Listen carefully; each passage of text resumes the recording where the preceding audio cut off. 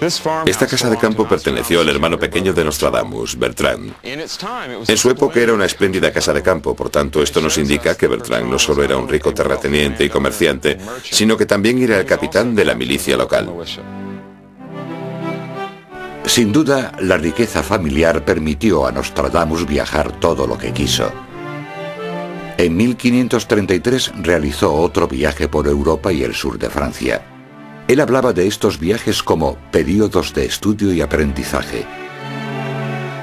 Uno de estos viajes le llevó hasta Italia a casa de Julio César Scaliger, un científico matemático y, lo que era más importante para Nostradamus, un prestigioso médico licenciado en la Universidad de Montpellier, la misma de la que él había sido expulsado. Algunos investigadores creen que seguramente Nostradamus dio hierbas medicinales al doctor Scaliger y que a cambio éste le enseñó anatomía humana, fisiología e incluso disección. Estas clases se llevaron a cabo en secreto, porque para la Iglesia este tipo de trabajo era considerado un crimen contra Dios. Más tarde, Nostradamus escribió un testimonio lleno de alabanzas hacia este personaje del Renacimiento, considerándole como su profesor más influyente. Scaliger parece haber heredado la habilidad de Cicerón para la elocuencia, el arte de Virgilio para la poesía y el doble del conocimiento de Galeno para la medicina. Le debo más que a nadie en el mundo.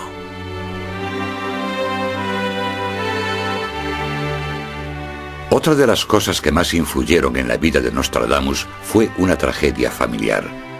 En 1534, mientras él estaba lejos de casa, su mujer y sus 2 hijos contrajeron la peste y murieron.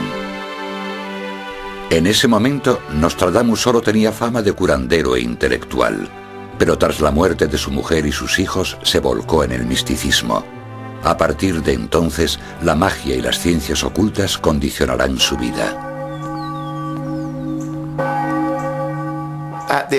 A los 47 años, Nostradamus se casó por segunda vez, después de haber perdido a su primera mujer y a sus hijos. Su segunda mujer fue Anne Ponsard, viuda de un abogado influyente. Anne aportó una riqueza considerable al matrimonio y con el tiempo le dio 6 hijos. Se fueron a vivir a un pueblo del sur de Francia, Salon de Provence. Este pueblo es ahora un destino turístico de moda, pero aún se siente la presencia de este profeta de 500 años. Una pintura gigante de Nostradamus adorna la ciudad y vigila atentamente a los visitantes. La antigua torre del reloj, un monumento a la sabiduría, aún conserva la imagen de los 7 planetas conocidos en el 16. Y la calle donde estuvo su casa ahora rinde homenaje a su habitante más famoso. Esta es la calle donde vivía Nostradamus y esta es la casa donde vivió Nostradamus durante los últimos 20 años de su vida y donde escribió sus profecías. Su casa de salón era bastante grande para esa época. Puede que se les hiciese un poco pequeña, con 6 hijos en casa, sirvientes, secretarios, etcétera, etcétera. Pero no estaba mal para un médico bien pagado que ganaba bastante dinero para esa época.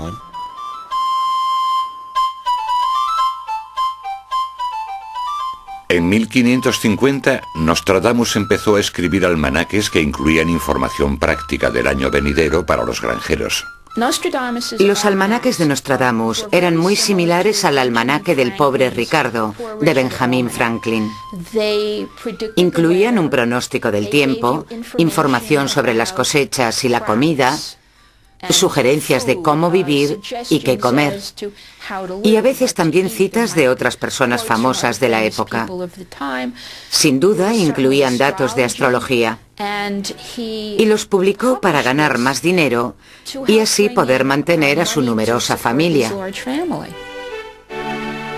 Los almanaques contenían pequeñas profecías del futuro, predicciones que se hacían realidad si creías en ellas.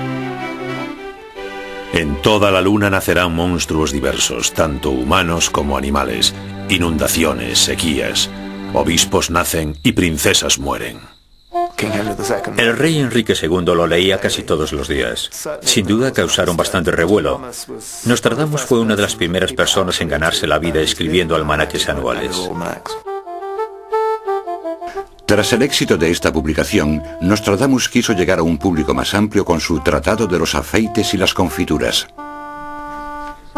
En el siglo XVI había esta idea de que si pertenecías a la nobleza, si eras una dama tenías que tener un cierto tipo de aspecto.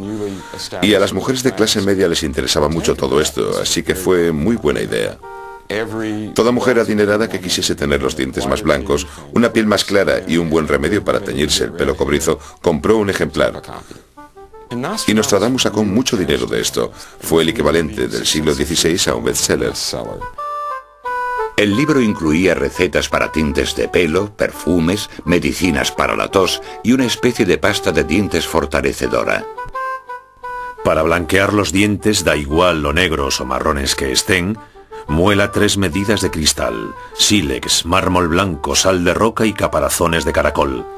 Frote los dientes con este polvo y en solo unos días verá sus dientes más blancos. Mientras los europeos compraban sus productos de belleza por pura vanidad, Nostradamus empezó a ver el futuro.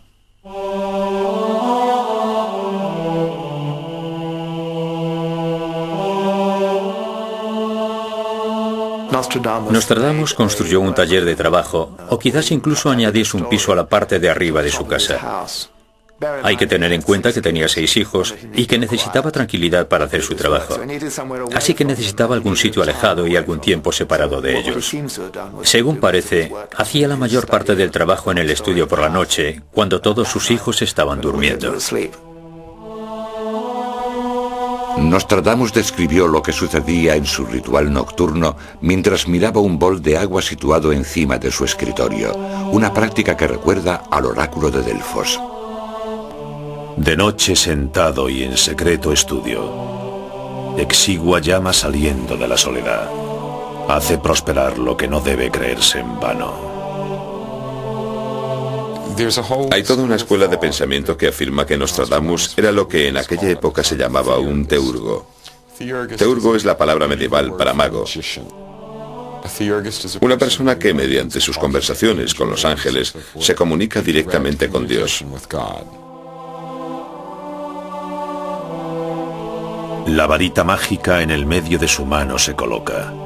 Humedece su ropa y sus pies con el agua. Una voz, miedo. Él tiembla en su bata. Divino esplendor. El Dios se sienta cerca. No estoy seguro de si Nostradamus necesitaba entrar en trance para hacer sus profecías, pero definitivamente, en el caso de otros adivinos, profetas y chamanes, había una serie de rituales y prácticas establecidas que usaban normalmente y parece ser que hasta cierto punto esto era bastante universal. Ayunar era uno de ellos, la meditación era otro. Muchos creen que a través de este tipo de rituales, Nostradamus escribió las profecías de los acontecimientos del año 3797, entre ellos la terrible predicción del fin del mundo.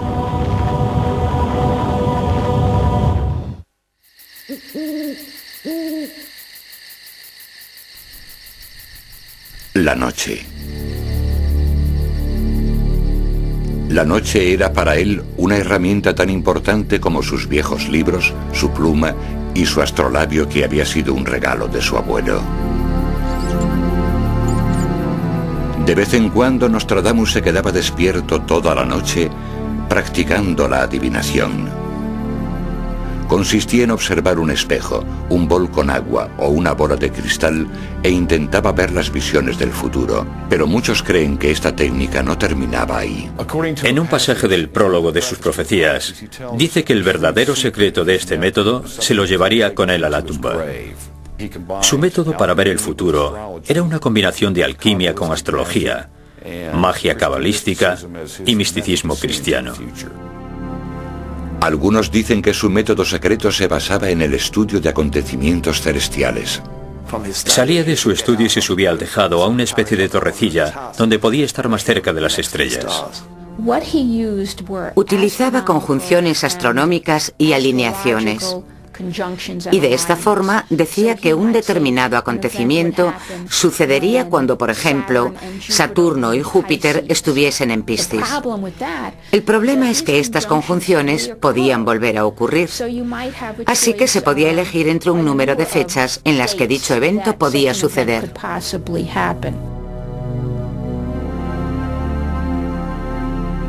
Nostradamus escribió